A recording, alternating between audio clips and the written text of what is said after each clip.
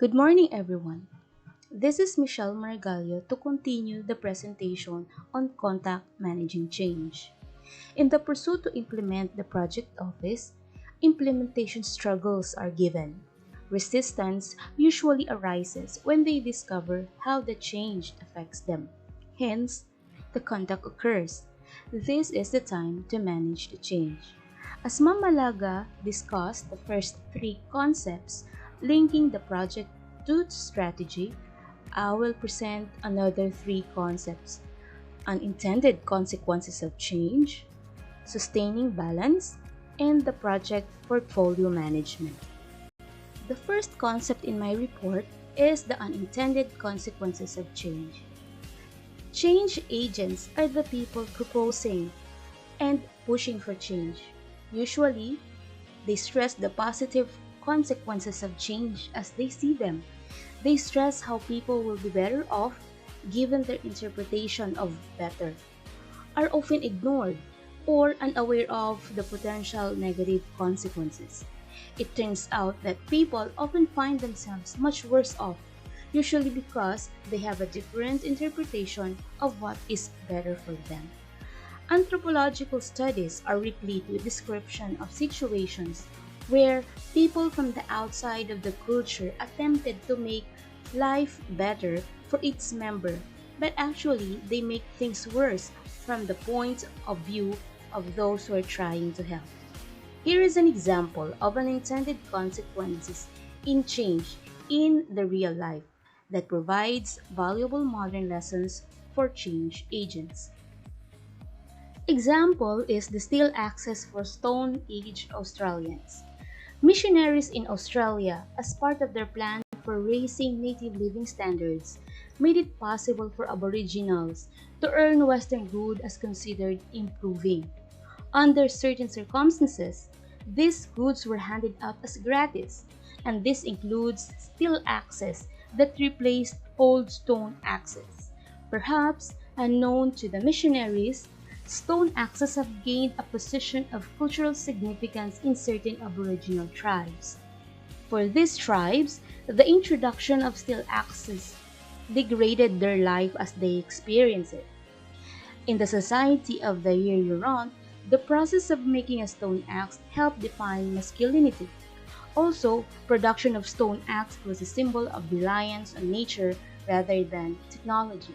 It is also a pride of ownership as it is associated with their creator. It is also symbolizes solid various kinship relations. So the change weakened some of the values they inherited. Ownership became less defined, so that stealing and trespassing were introduced into the society. Some of the excitement from trading surrounding great ceremonies evaporated. Fiestas that people had became less festive and less interesting. Indeed, life itself became less interesting. Despite the fact that the proposed change looks good and righteous to the change agent, it may not look that way to others. It is possible that there will be unintended consequences to the proposed change, and these consequences may do more harm than good. The change agent should be on lookout for such unintended consequences and make adjustments to minimize them. In the year-round example, distributing access directly to women and children contributed to the confusion of ownership, which was then partially responsible for the production of stealing and trespassing. Perhaps if the access had been distributed only to the men, then ownership would have remained clear and stealing might not have arisen. In addition, there was a little incentive for missionaries to change their ways because the indigenous tribes were not in the position of power, but in the organizational situations, the people affected by the change program often are in position of power, and thus their points of view needed to be taken into consideration. The change agent should be particularly sensitive to the other people's point of view when beginning to implement change. Knowing typical norms would be of great help. Investigate or speculate about what unintended consequences may occur or simulate or prototype what might happen in the organization when a project office takes on increasing responsibilities, especially in new territories. Another concept is sustaining balance. Managing change requires a balancing act. So project management deals with the triple constraint of scope, schedule, and resources. But it has another triangle to consider as well when management charters projects to achieve a level of performance or in getting results. But what is the experience of the team members on those projects? What do they encounter as they work to create those results? Is it stress? Are they burned out? Do they experience fatigue to the level of thinking that they never not do it again? Or it is energizing, fun, rewarding, or is it productive? Do people at the end of the project rapidly disappear, or do they say, call me next time we're doing a project, or I really enjoy working with you?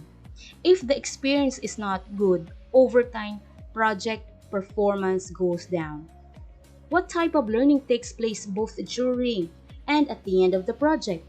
If the people or the organization do not learn from these mistakes or get reinforcement for what they did well, performance over time goes down.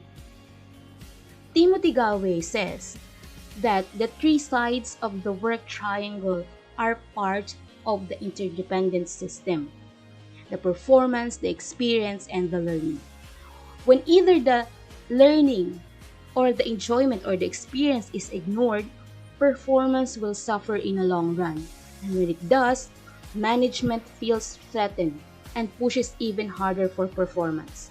So learning and enjoyment or the experience diminish even further. A cycle ensues that prevents performance from ever achieving its potential. So if when an individual makes a commitment to their own learning and enjoyment, they serve as the catalyst for others by the qualities they express while doing their work. Those who accept such challenge may accomplish much more as a result of their work than the performance results they are compensated for. So to implement the project office for organizational change, strike a dynamic but balanced relationship among these three factors. Sustaining balance requires great care when working among a variety of situations. All too often, in working with good people and the best intentions, we engage in too many projects with unclear objectives, fighting for resources. Then the politics gets ugly. And there are three factors that needs to be balanced, and they are the professional project managers, the upper management, and the enterprise project management processes. So all these viewpoints needs to be balanced and integrated. So good people are essential to make the project office successful. Upper managers needs to act with authenticity and integrity. And of course, processes are the methods and tools to get the job done.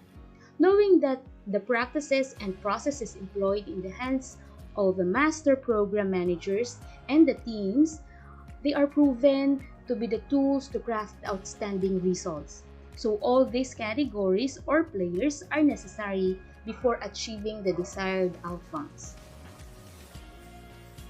However, several cautions must be in order, and these are the potential sources of sabotage. First is staffing the office with the wrong people.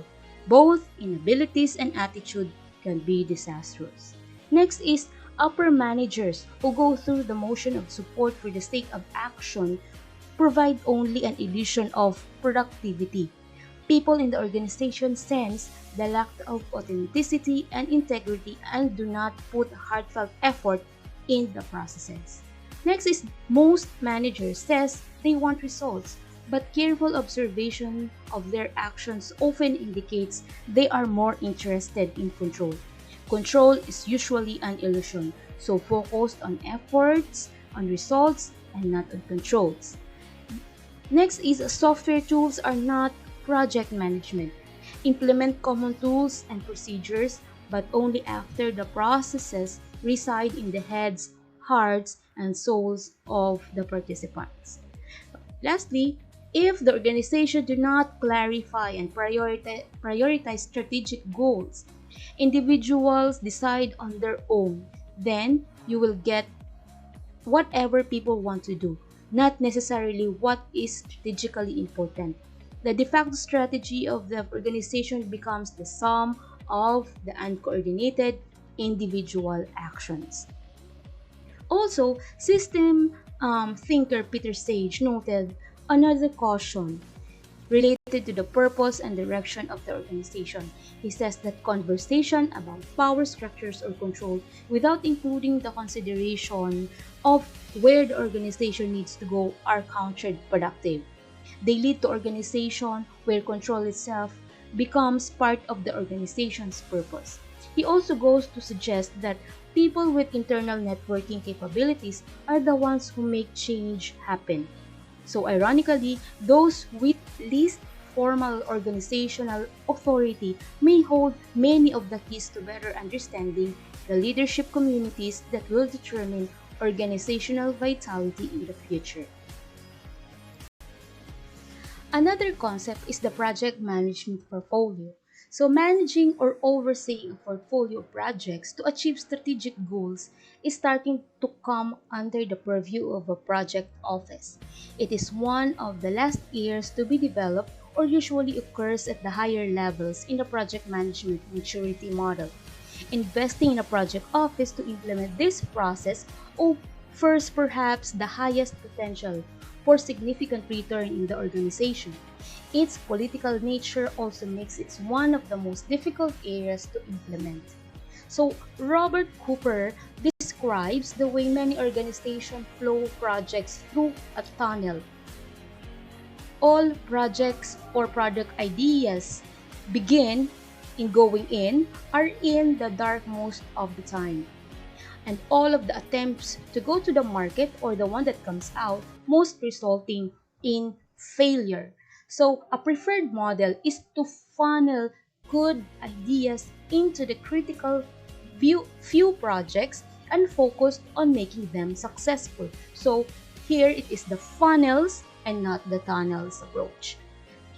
The linkage to the strategy via discipline process can make this happen. So the project office is means to apply the discipline. So embarking on the strategic process for linking projects to strategy is what everyone wants to make sure that their projects survive in the funneling process.